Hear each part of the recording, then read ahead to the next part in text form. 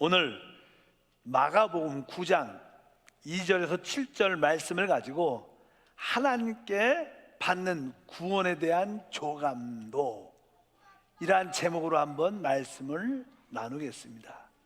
원래 조감도라는 것은 어떤 건물이나 아니면 어떤 도로나 어떤 지역에 좀 높은 곳에 가서 그것을 이렇게 찍고 그리는 어떠한 그림을 의미합니다.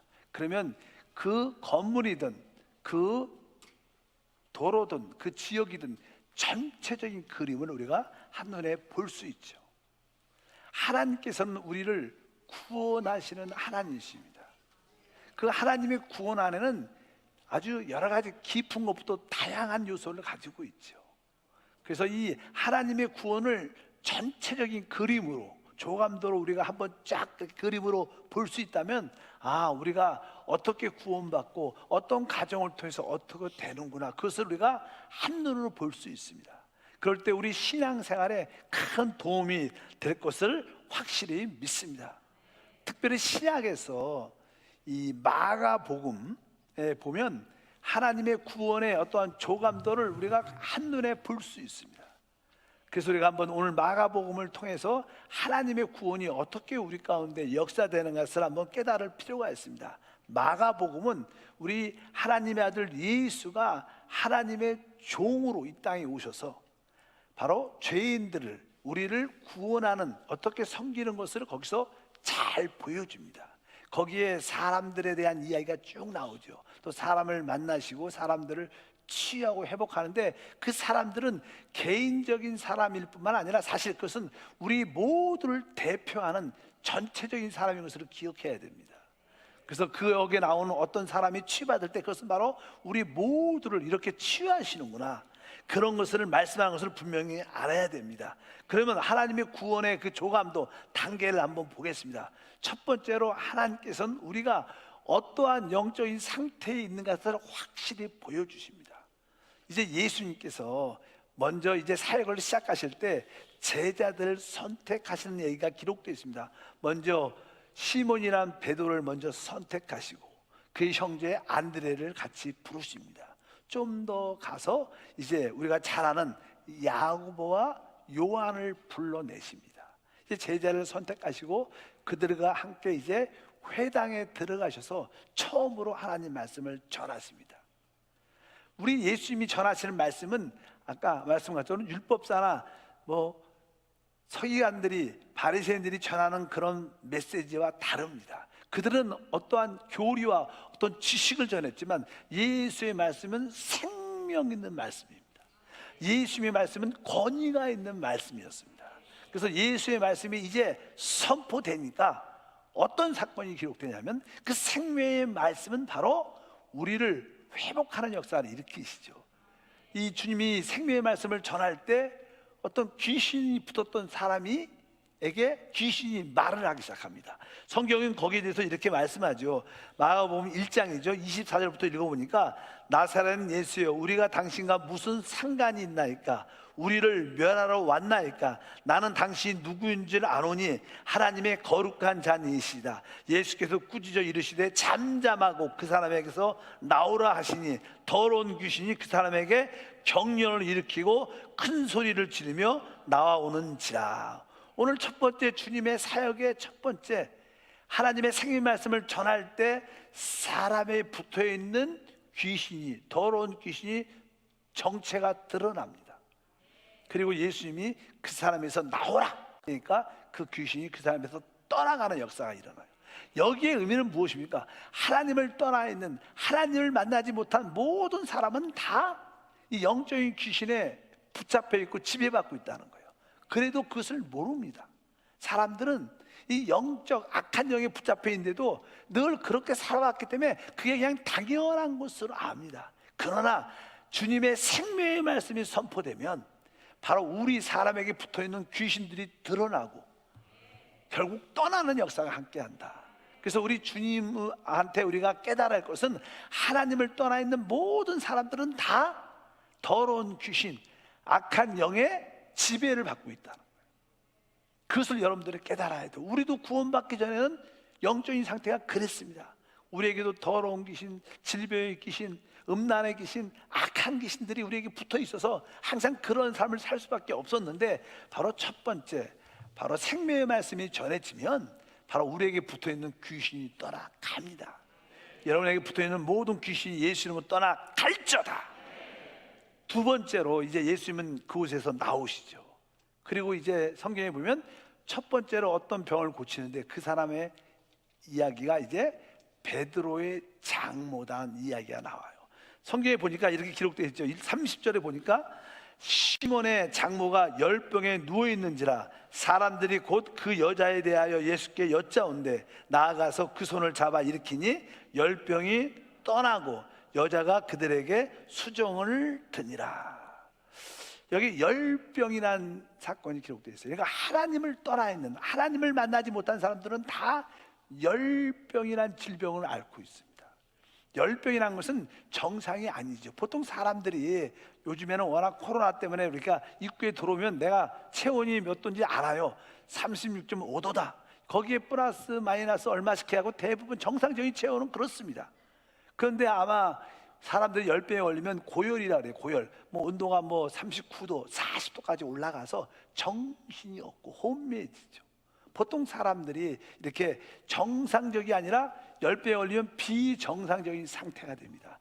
많은 하나님을 만나지 못한 사람들은 대부분 이렇게 열병에 미쳐 있습니다. 보통 열병하면 우리가 사랑의 이야기도 많이 해요. 사랑의 열병에 걸렸다. 그러면 이 사람이 그 사랑의 열병에 걸리면 이 둘이 만나는 거 이해는 다른 데 관심이 없는, 정신이 나가서 참된 것을 구별하지 못하고 분별하지 못하는 그런 모습을 하고 있어요. 이 세상에 많은 사람들이 다 세상을 사랑하는 열병에 걸려 있어요. 정상이 아니죠. 원래 우리는 누굴 사랑해야 돼요? 하나님을 사랑하는 열병에 걸려야 되는데 거꾸로 우리를 멸망시키는 세상에 대한 열병을 갖고 있죠. 요즘에 우리가 잘 알지만 우리 자녀들은 핸드폰이나 게임의 열병에 빠져 있어요. 공부를 해야 되는데 어떤 분들은 뭐 담배, 술에 깊이 빠져요. 어떤 사람들은 어떤 도박, 오락, 스포츠에 깊이 열병에 빠져서 다른 걸 몰라. 그거밖에 모릅니다. 그뿐만 아닙니다. 요즘에 젊은 사람들은 증권에 많이 빠져 있다는 이야기를 내가 며칠 전에 들었는데, 결국 이것도 뭐예요? 결국 사람을 실패케 하는, 아주 화려하게 그럴듯하게 뭔가 잡히는 것처럼 같지만 결국 사람은 열병에 걸리면 비정상이에요. 결국 그 사람의 인생이 나중엔 다 실패하게 돼요. 뭐 도박, 스포츠, 많은 것, 세상의 문화에 열병에 빠져서 하나님은 알지 못하죠. 하나님을 떠난 사람들은 다 어떻게 됐어요? 열병에 걸려 있어요. 그것을 여러분들이 치유받아야 됩니다. 뭐 지금 여러분 가운데도 한두 가지 열병에 빠져서 거기서 빠져나오지 못하는 사람도 있을 겁니다. 빠져나오셔야 됩니다. 그것은 결국 우리를 죽게 만드는 병인 것을 분명히 알아야 됩니다. 또 예수님이 이 열병을 치유하시죠. 그리고 나서 또 그 다음에 어떤 병을 고치는데 그 병이 문둥병이라고 기록되어 있어요. 마가복음은 계속 예수님이 어떤 질병을 고치십니다. 그것은 전체적으로 우리 사람이 그러한 병을 앓고 있다는 거예요. 열병을 앓고 있고, 그 다음엔 문둥병에 대한 말씀이 기록되어 있죠. 마가복음 1장 40절부터 읽어보니까 한 나병 환자가 예수께 와서 꿇어 엎드려 간구하여 이르되 원하시면 저를 깨끗하게 하실 수 있나이다. 예수께서 불쌍히 여기사 손을 내밀어 그에게 대시며 이르시되 내가 원하노니 깨끗함을 받으라 하시니 곧 나병이 그 사람에게서 떠나가고 깨끗하여진지라. 나병이죠. 나병, 문둥병. 원래 구약의 문둥병은 거역에서 옵니다. 거역, 하나님에 대한 배역, 거역, 죄악에서 오게 되어 있습니다. 그래서 이게 하나님께 버림받은 병이다, 이렇게 말씀을 많이 하죠. 그래서 이 문둥병에 걸리면 하나님과 관계가 격리됩니다. 끊어지. 그리고 자기 가족과 또 사회에서 같이 살지 못해요. 그래서 다른 지역에서 격리돼서 살죠. 문둥병은 원래 그렇습니다. 아마 이 나병 환자도 격리되어 살다가 예수에 대한 말씀을 듣고 죽으면 죽겠다는 마음으로 이 사람들이 있는 곳에 나와서 치유받는 사건이 기록되어 있죠. 이 문둥병은 바로 하나님과 격리되고 사람과의 격리, 고립되는 병이에요. 지금 우리들이 앓고 있는, 겪고 있는 코로나19가 사실 영적인 문둥병이죠. 그래서 이 병에 걸리면 격리됩니다. 하나님과도 끊어지고, 뭐 코로나 때문에 뭐 교회 오지 말라고, 이렇게 모여있지 말라고 그러면서 하나님과 격리시킵니다. 그리고 사람과의 관계도 어떻게 격리되죠. 사실 코로나19는 영적으로 정확하게 문둥병, 죄악으로부터 오는, 하나님을 잃어버리고 사람과의 관계를 끊어는 무서운 병입니다. 이런 병은 오직 주님만 치료할 수 있어요. 바로 그래서 우리 주님께서 바로 하나님을 떠나는 사람들은 다 이러한 문둥병에 걸려있다, 이렇게 우리에게 보여주시고 우리를 치료하시는 줄 믿습니다. 그리고 나서 이제 이 마가복음 2장에 보면 주님께서 이제 중풍병자를 치료하셔요. 마가복음 2장 3절에 보니까 사람들이 한 중풍병자를 네 사람에게 메어가지고 예수께 올세, 이렇게 기록되어 있어요. 이 의미는 중풍병에 걸리면 스스로 움직이지 못하죠. 그래서 스스로 활동할 수 없습니다. 원래 사람은 하나님을 섬겨야 됩니다. 하나님께 나오는 게 사람의 본분이에요. 사람은 하나님의 형상과 모양대로 짓기 때문에 하나님을 예배하는 것이 진정한 신앙생활입니다. 근데 사람은 다 중풍병에 걸려서 하나님께 스스로 나올 수 없어요. 이 사람도 하나님께 스스로 나오지 못하니까 친구 네 사람이 그 사람을 데리고 나오는 거예요. 하나님을 떠나 있는 모든 사람들은 스스로 하나님께 올 수 있지 않아요. 세상 사람들은 교회를 올 수 있지 않아요. 그래서 우리가 복음을 전파, 그들이 교회를 싫어할지라도 우리는 복음을 전파해야 됩니다. 왜? 그들은 스스로 하나님께 나올 수 있는 길이 없어요. 바로 우리 복음 전파할 때도 그들이 중풍병에 치유받아야 될 줄 믿습니다. 바로 그들이 하나님께 인도될 때 주님이 그를 치유하고 회복된다는 거예요. 그러니까 하나님을 떠나 있는 모든 사람은 다 실제로 중풍병을 앓고 있는 거예요. 스스로 하나님께 나올 수 없는, 움직일 수 없는 병이 있다는 거예요. 그뿐만 아닙니다. 이제 마가복음 이제 5장에 보게 되면 어떤 병에 대한 이야기가 나오냐면 바로 25절에 보니까 12해를 혈루증으로 알아온 한 여자가 있어. 혈루증이 걸려 있다는 거예요. 하나님을 떠나 있는 것은 무슨 병이요? 혈루증. 혈루증 뭐예요? 피가 조금씩 새는 거예요. 그래서 결국 얼굴도 아지고 힘도 없어지고, 결국 뭐예요? 왜? 모든 생명은 피에 있죠. 근데 피가 자꾸만 새니까 결국 어떻게 해요? 죽게 되는 병입니다. 원래 그러니까 이 피가 샌다는 것은 생명이 유출되는 거예요. 빠져나가는 거예요. 우리는 다 유출병에 걸려 있죠. 혈류증에 걸려서 다 우리의 생명이 조금씩 새어나갑니다. 결국 약해지고 결국 우리는 죽죠. 이것이 하나님을 떠난 인간의 진정한 모습입니다. 하나님을 떠난 모습이 무엇입니까? 귀신한테 붙잡혀 있습니다. 세상에 미쳐 있어요. 또 죄악으로 인하여 하나님과 사람들과 격리된 문둥병을 앓고 있다. 중풍병에 걸려서 하나님께 스스로 나오지 못하는 거예요. 그리고 다 혈루증에 걸려서 생명의 유출로 말미암아 조금씩 죽어가고 있죠. 결국 죽을 겁니다. 인류가 다 그렇게 끝날 겁니다. 우리의 선인들도 다 그렇게 죽어갔어요. 우리도 그렇게 죽음을 향해서 가는 겁니다. 이런 가운데 있는 사람들을 주님이 오셔서 다 치유하고 회복하는 게 우리 주님의 역사인 줄 믿습니다. 근데 이런 것은 보이는 병들이죠. 보이는 병. 진짜 보이지 않는 병이 있어요. 그건 뭐예요? 마음의 병이에요. 진짜 사람들은 이 밖에 보여지는 것은 대부분 고칠 수 있지만 진짜 안에 썩어가는 것은 알지 못합니다. 예수님이 이제 이 마가복음에 보게 되면 7장에 쟤들과 이렇게 함께 가다가 쟤들이 저는 식사할 때 그냥 배가 고프니까 빨리 그냥 손도 씻지 않고 그냥 음식을 먹었어요. 그러니까 바리새인과 거기 서기관들이 말합니다. 예수여, 당신의 제자들은 손도 씻지 않고 더럽게 음식을 먹느냐? 왜 자신을 더럽히느냐? 이렇게 말해요. 손도 씻고 음식을 먹는다고. 그러니까 예수님이 거기에 대해서 정확하게 말씀하십니다. 한번 읽어보겠습니다. 7장 15절부터 읽으니까 무엇이든지 밖에서 사람에게 들어가는 것이 능히 사람을 더럽게 하지 못하되 사람 안에서 나오는 것이 사람을 더럽게 하는 것이니라. 곧 사람의 마음에서 나오는 것은 악한 생각, 곧 음란과 도둑질과 살인과 간음과 탐욕과 악독과 속임과 음탕과 질투와 비방과 교만과 우매함이니 이 모든 악한 것이 다 속에서 나와 사람을 더럽게 한다. 이 바리새인 종교인들에게 너희는 우리가 손을 씻지 않고 밖에서 우리를 더럽힌다고 말씀하지만 진짜 더러운 것은 우리 마음 안에서 나오는 것들이 더럽다. 이 사람은 타락했기 때문에 이 마음이 진짜 부패하지요. 썩어 있죠. 겉으로는 이렇게 말짱한 것 같으려 사람은 그렇지 않아요. 우리 안이 얼마나 썩었는데. 그러니까 사람들은 뭐 좋은 대통령, 좋은 위정자들, 좋은 뭐 교수들 이런 분들이 나오면 대한민국이 좋아질 거라고 생각해요. 그렇지 않아요. 그 위정자들 모든 사람들 이 안에 그 마음에 썩음이 있는데, 이런 것들이 있는데 어떻게 좋아질 수 있어요? 절대로 좋아지지 않아요. 기대하지 마세요. 대통령을, 위정자를, 사람을 기대하지 마세요. 왜? 우리는 다 똑같은 사람이고 부패한 사람이에요. 진짜 우리가 알아야 될 것은 성경에 기록되어 있습니다. 우리 예레미야 17장 9절 말씀을 읽어보면 만물보다 거짓되고 심히 부패한 것은 마음이라 누가 능히 이를 알려마는. 진짜 사람을 아는 사람은 내 자신이 심히 마음이 부패하구나, 썩었구나, 이것을 깨닫는 사람이 진짜 제대로 된 거예요. 나는 깨끗하다, 나는 잘못한 게 없다, 나는 법대로 한다. 이런 정치인들은 다 가짜입니다. 그런 사람은 더 믿지 말아야 돼요. 자기가 잘못했으면 자기 그것을 인정을 해야죠. 이 세상은 그런 세상이 아니에요.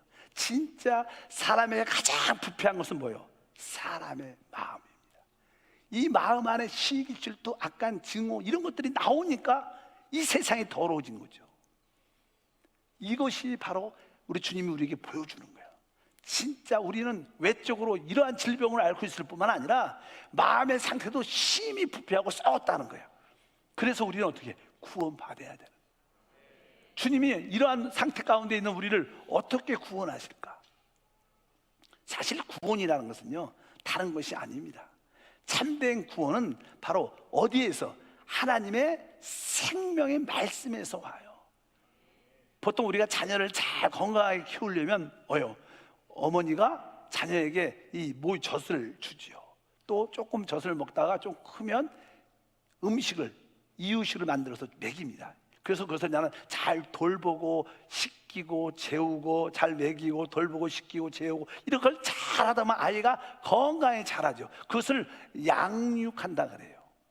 하나님의 양육은 어디에서? 생명의 말씀으로 양육되는 거예요. 사람은 다 먹는 것으로 성장하게 돼 있어요. 자라게 돼 있고 치유되게 해서. 그래서 좋은 음식을 먹으면 사람은 건강해져요. 우리 영적으로도 마찬가지예요. 여러분들이 영적으로 좋은 사람이, 좋은 믿음의 사람이 되려면 좋은 말씀을 먹어야 되는 거예요. 세상 지식으로 사람이 좋아지는 게 아닙니다. 그것은 생각만 반짝반짝하게 하지 진짜 영적으로 강하게, 건강하게 만들지 못해요. 좋은 영적인 음식은 바로 하나님의 생명의 말씀인 줄 믿습니다. 그래서 사람은 떡으로만 사는 게 아니죠. 하나님 입에서 나오는 모든 말씀으로 사는 거예요. 여러분들이 생명의 말씀을 들을 수 있어야 돼요. 생명의 말씀을 끊임없이 먹어야 돼요. 이번 코로나를 통해서 우리 여러분 가족끼리 많이 모이잖아요. 밖에 잘 못 나가니까. 그래서 가족끼리 뭐 한세 양육공과를 같이 읽고 같이 공부하고 같이 기도하면 진짜 영적으로 회복되는 거예요. 상한 썩어진 그 마음도 말씀을 통해서 빛이와 치유되고, 아까 말씀 열병도 또 어떠한 문능병도 여러 가지 중풍병도 이러한 혈루증에서도 우리가 치유되는 회복의 역사가 함께 할 줄 믿습니다. 그래서 우리 예수님이 말씀하셨죠. 내가 이른 말이 영과 생명이다. 하나님 입에서 나오는 말씀만이 우리에게 성령과 생명을 줄 수 있다는 거예요. 그래서 여러분들이 하나님 말씀을 끊임없이 받아들여야 돼요. 그래서 성경에 하나님 말씀을 떡이라 그러죠. 생명이 있다. 주님이 말하죠. 내가 곧 생명의 떡이다. 그래서 뭐예요? 주님이 말씀이 생명의 떡이라는 거예요. 우리는 주님의 생명의 말씀의 떡을 마음껏 받아들여야 돼요. 그래서 여러분들 주일 설교도 한 번 들으면 안 되고 일주일에 주일만 달랑 한 번, 고수도 아닌데 한 번만 달랑 듣고 다 아는 것처럼 하면 안 돼. 하루에 한 번씩 아니면 이틀에 한 번씩은 다시 한 번 유튜브를 통해서 한번 들어봐야 돼요. 그러면 진짜 여러분들이 건강해집니다. 진짜 치유가 회복돼요. 그리고 사실요, 여러분들이 이렇게 앉아서 예배 드릴 때는 집중력이 조금 저하될 수 있어요.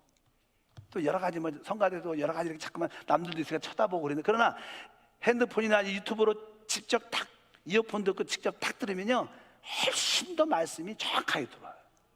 집중할 수. 여러분의 생명의 떡을 받아들여야 돼요. 그래서 이 마가복음의 이야기를 쭉 보면 예수님이 계속 떡에 대한 이야기를 해요. 어떻게 주님이 이러한 우리의 질병과 우리 상한, 부패한, 썩은 마음을 치료할 수 있는가? 하나님의 생명의 떡을 통하여. 그래서 나는 7장에 보면 수로보니게 한 어떤 여자가 자기 딸이 귀신이 들렸어요. 그래서 그냥 예수님께 나오는 거죠. 그 귀신 들린 거 어떤 누구도 못 고치잖아요. 그래서 이제 결국 예수님에 대한 소문을 듣고 예수님께 나왔는데 사람이 많으니까 예수님께 갈 수가 없는 거예요. 그러니까 제자들한테 부탁을 합니다. 예수님, 제자님, 좀 우리 주님께 말씀해 주셔서 우리 내 딸 고쳐 주시옵소서. 그렇게 그냥 제자들이 그 말 듣고 너무 안 됐으니까 주님께 이렇게 말씀을 이렇게 하죠. 바로 옆에서 제자들이 그 여자를 대신해서 말씀해 줍니다. 주님, 저 여자를 어떻게 좀 해결해 주세요. 그러니까 우리 주님이 이렇게 말씀하셨어요. 7장 27절부터 읽어보니까 예수께서 이르시되 자녀로 먼저 배불리 먹게 할지니 자녀의 떡을 취하여 개들에게 던짐이 마땅하지 아니하니라.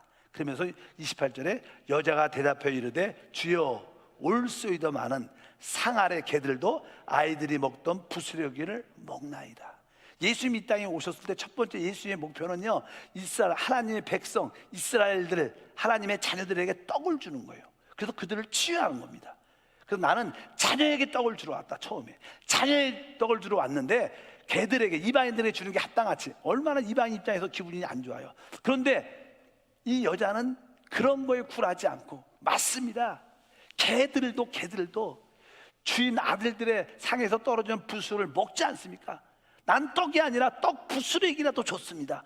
그 얘기를 딱 하니까 주님이 감동을 했어요. 여자여, 내 믿음이 크도다.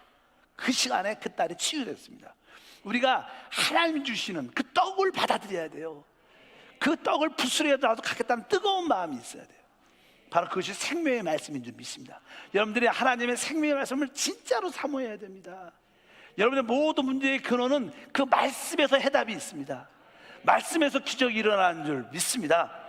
그리고 나서 이 마가복음의 이야기는요, 여기 6장에 보면 우리가 잘 알다시피 특별히 광야에서 이제 주님께서 떡 5개와 물고기 2마리로 5,000명을 먹이는 기적을 베푸셔요. 그것도 떡으로, 아주 작은 떡을 통해서 5,000명을 먹이고 12강주례가 남는 역사를 이렇게, 그것을 먹이는 이야기, 양육. 그리고 8장에 보면 떡 7개 갖고 4,000명을 먹이고 7 바구니가 남은 사건이 또 2번이나 자세히 기록되어 있어요. 왜 마가복음에 이런 사건이 기록되어 있냐? 바로 우리는 하나님 말씀으로, 하나님의 떡으로 양육받아야 된다. 그걸 먹어야, 말씀을 먹어야 치유되고 회복되는 줄 믿습니다. 신앙의 가장 기본은 바로 이겁니다. 하나님 말씀을 진짜 간절히 사모해서 그 말씀을 통해서 우리가 모든 병과 우리 마음의 모든 부패함에서 치유받고 회복돼야 된다는 거예요. 이것이 바로 하나님의 구원의 그림의 가장 시작입니다. 그런데 이것이 끝이 아닙니다. 여러분들이 이러한 문둥병에서, 어떤 중풍병에서, 혈류증에서, 열병에서, 귀신으로부터 여러분들이 치유를 받아도 여전히 여러분의 눈은, 여러분의 귀는, 입은 닫혀 있을 수 있어요. 제가 다 눈이 있고 지금 귀가 있고 입이 있습니다. 나는 볼 수 있죠. 육신적인 건 봅니다. 육신적인 세상 소리도 들을 수 있어요. 또 세상적인 말도 잘합니다. 하나님의 구원은 세상적인 것에서 구원하는 거예요. 하늘에 속한 것을 볼 수 있어야 돼요. 하늘의 음성을 들을 수 있어야 돼요. 하늘의 것을 말할 수 있어야 돼요. 그래야 여러분들이 진짜 구원을 받는 거예요. 여러분들이 중풍병 고쳤다고, 귀신이 떠나갔다고 하늘의 것을 보지 못해요. 많은 사람들이 하늘의 음성과 하늘의 것을 말하지 못합니다. 그래서 예수님이 이제 이렇게 치유된, 기본 단계 치유받은 사람을 예수님이 오늘 본문 말씀이 뭐예요? 높은 산으로 데리고 가요. 세 사람을 데리고 가요. 근데 거기 데리고 가는데 거기서 예수님이 영광스럽게, 너무 영광의 빛이 하얘서 진짜 아주 영광의 하얀 빛으로 활짝 변화가 되는 거예요. 그리고 베드로가 놀랐어요. 제자들이 놀랐습니다. 거기 보니까 옆에 모세도 있고 엘리야도 있는 거예요. 그럼 정신이 없는 것 같으면 너무 놀란 걸 보니까 베드로가 정신없이 말을 합니다. 주여, 여기가 너무 좋습니다. 초막을 3개 져서 주님을 위해서도 내가 하나 짓고 또 모세를 위해서 하나 짓고 또 하나 엘리야를 위해서 하나 짓겠습니다. 정신없는 소리를 하고 있는 거예요. 그러니까 거기서 하늘에서 구름이 쫙 나타나더니 덮으더니 하느님의 음성이 들리는 거예요. 이는 내 사랑하는 아들이다. 아들의 말을 들으라. 우리는 영적인 눈이 활짝 열려서 세상의 말을 들어서는 안 됩니다. 세상 말을, 문화의 말을 들어서는 안 돼요. 모세의 말, 율법의 말도 들어서 안 되는 거예요. 엘리야 말, 예언의 말도 들어서 안 되는 거예요. 우리는 하나님의 아들 예수의 말을 들어야 돼요. 이게 영적인 눈이 열린 거예요. 이게 영적인 귀가 열린 거예요. 이게 영적인 입이 활짝 열린 거예요. 하나님은 이 단계까지 올라가는 게 구원이에요. 그냥 병만 치료받고 축복받았다고 구원이 아닙니다. 여러분들이 영적인 눈이 열리기를 축복합니다. 영적인 귀가 열리기를 축복합니다. 하늘의 것을 말할 수 있는 입이 되기를 축복합니다. 어떻게 이렇게 될 수 있는가? 그러려면 우리는 이게 영광의 주님을 봐야 되는 거예요. 영광의 주님을 한 번쯤은 다 본 사람은 어떻게 영적인 눈이, 귀가, 입이 열려요. 우리 한세 교회 오면요, 어떤 성도님은요, 뭐 타교회를 다닐 수도 있고, 어떤 성도님은 이렇게 말하시는 분도 있어요. 교회를 처음 왔어. 2번밖에 안 하는데 나는 우리 목사님 설교가 참 은혜가 돼요. 이렇게 말하시는 분도 꽤 있어요. 그런데 어떤 오래 다니는 성도님은요, 나 우리 목사님 설교 아직까지 잘 모르겠어. 아직까지. 그리고 몇 년 다녔는데도 재미도 없고 딱딱하고 뭔지 모르겠어. 이런 분도 있어요. 왜? 그 차이가 뭘까요? 하나님 말씀이 안 깨달은, 아직 영적인 눈이 안 열린 거예요. 아직 영적인 귀가 안 열린 거예요. 그러나 처음 온 사람일지라도 영적인 눈이 열려서 오면 말씀이 깨달아지는 거야. 들려지는 거야. 그게 축복이죠. 그것이 뭐 목사님 설교가 문제가 있는 것이 아니에요. 뭐 우리의 영적인 상태가 다른 거예요.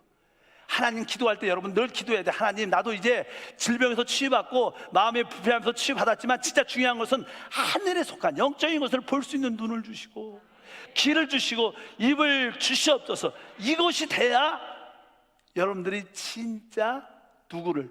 그리스도를 알죠. 이때부터 무엇을? 그리스도를 진짜 알게 됩니다. 아, 그리스도가, 그분이 누구야? 아, 육신을 입고 오신, 사람으로 오신 예수가 바로 그 그리스도구나. 바로 그 하나님이 사람으로 이 땅에 오셨구나. 육신을 입고 오신 예수가 바로 그 그리스도구나. 그분이 하나님의 아들이구나. 그분이 나의 모든 문제를 위해서 이 땅에서 죽으신 거구나. 그분이 그래서 부활하신 거구나. 이것이 진짜 깨달아지는 거예요. 뭐 많은 성도들이 교회로 오죠. 아직까지 예수님이 날려서 죽었다, 예수의 죽음 부활, 그것도 아직 깨닫지 못하고 교회 다니는 사람 많습니다. 혹시 여러분 가운데 있을 수 있죠. 왜? 아직 그 단계, 하나님의 구원의 전체적인 그림을 못 봤어요. 조감들을 오늘 보고 다 깨닫기를 축복합니다. 영광의 주님을 만나기를 주님을 축복합니다. 그래서 여러분들이 확실하게, 맞아, 그리스도가 바로 육신으로 오신 예수가 바로 그리스도시고 그분이 바로 하나님의 아들이야. 그분이 나에게 제사함과 구원과 영생을 주시는 분이셔. 그것이 깨달아지죠. 그래서 그분이 그래서 십자가에서 죽으셨고 부활하셨구나. 그것이 어떻게 진짜 믿어지는 거예요. 그리스도를 진짜 믿어지는 거예요. 그러면 그 단계가 무엇입니까? 그 다음에, 아, 주님만 죽으신 게 아니었구나. 나도 그리스도와 함께 죽은 자야. 나도 그리스도와 함께 부활했어. 그래서 기쁨으로 죽음을, 십자가의 죽음을 기쁨으로 받아들이고 부활의 능력을 사는 겁니다. 당연하게 부활하면 승천하죠. 그래서 이제 승천의 위치에 서서, 승천에 산다는 뜻은 뭐니까 하늘의 위치에 있다는 거예요. 하늘의 위치에 있다는 것은 내가 성령 안에 있다는 거예요. 내가 성령으로 충만하여 내가 체험한 그리스도를 만난 자들에게 전하는 거예요. 만난 자에게 내가 체험한 그리스도를 말하는 거예요. 이것이 구원의 완성입니다. 여러분들이 이러한 구원을 마련할 때 여러분들은 이기는 자가 돼서 승리의 역사가 함께할 줄 믿습니다. 이것이 하나님이 우리를 구원으로 인도하는 전체적인 조감도입니다. 우리 교회에 많은 사람들 병도 치유받았어요. 그런데 또 몇 달 있다가 안 나와. 여러분, 병 났다고 구원받은 게 아닙니다. 그것은 이제 하나의 구원으로 인도하는 시작일 뿐이에요. 여러분들이 이제 분명히 그것을 깨닫기를 축복합니다. 그래서 하나님이 어떻게 구원의 조감들을 갖고 계시냐? 우리 하나님을 떠나는 나의 상태가 귀신한테 붙잡혀 있었고, 세상에 열병에 미쳐서 빠져 있었고, 내가 문둥병에 걸려 있었고, 또 하나님과 모든 사람과 격리된 상태, 내가 스스로 하니까 나올 수 없는 문둥병, 생명이 조금씩 유출되고 죽어가는 바로 혈류증에 내가 걸린 그런 존재였구나. 근데 하나님 나를 이제 이러한 영역에서 치유해 주시는 거예요. 그뿐만 아니라 병만 몸에 든 게 아니라 내 마음은 썩었구나. 이것을 분명히 아는 겁니다. 하나님 생명의 말씀만이 나를 어떻게 치유하고 회복하는구나. 그래서 말씀을 계속 사모하다 보면 여러분들이 영적으로 성숙해서 주님이 높은 산으로 데리고 가서 영광의 주님을 보게 하는 거예요. 그 영광의 주님을 딱 볼 때 그때 영적인 눈이 열리죠. 영적인 세계를 깨닫고 하나님의 세계를 알게 돼요. 영적인 말이 그때부터 들리게 되는 거예요. 말씀이 은혜가 있고 재미가 있고 신나고 듣고 싶어하고 귀가 열리니까. 또 그래서 그냥 늘 남들한테 말할 때 옛날은 세상 얘기했어요. 옛날엔 스포츠 얘기하고, 옛날은 뭐 증권 얘기하고 정치 얘기했어요. 지금 뭐예요? 예수 얘기를 하는 거예요. 입이, 영적인 말이 입이 된 거예요. 바로 그러면 여러분들은 진짜 그리스도를 아는 거죠. 그 여러분들이 그리스도와 함께 죽음과 부활과 승천의 위치에서 성령을 따라 내가 만난 이 놀라운 하나님을 남들한테 말해내는 거예요. 그런 사람이 이기는 자고 구원을 최고도로 누리는 사람인 줄 믿습니다. 여러분 모두가 이러한 영적인 조감도를 잘 보시고 여러분 위치와 상태를 확실하면 확인하시고 달려가기를 축복합니다. 기도하겠습니다. 하나님 아버지 감사합니다. 다시 한번 하나님 말씀을 통해서 우리 구원에 대한 확실한 조감도를 보게 하시고 우리가 지금 어떠한 위치에 있으며 어떠한 상태인지도 깨닫게 도와줘서 참된 그리스도에 대한 신앙을 갖게 하옵소서. 주 예수 이름으로 기도함나이다. 아멘.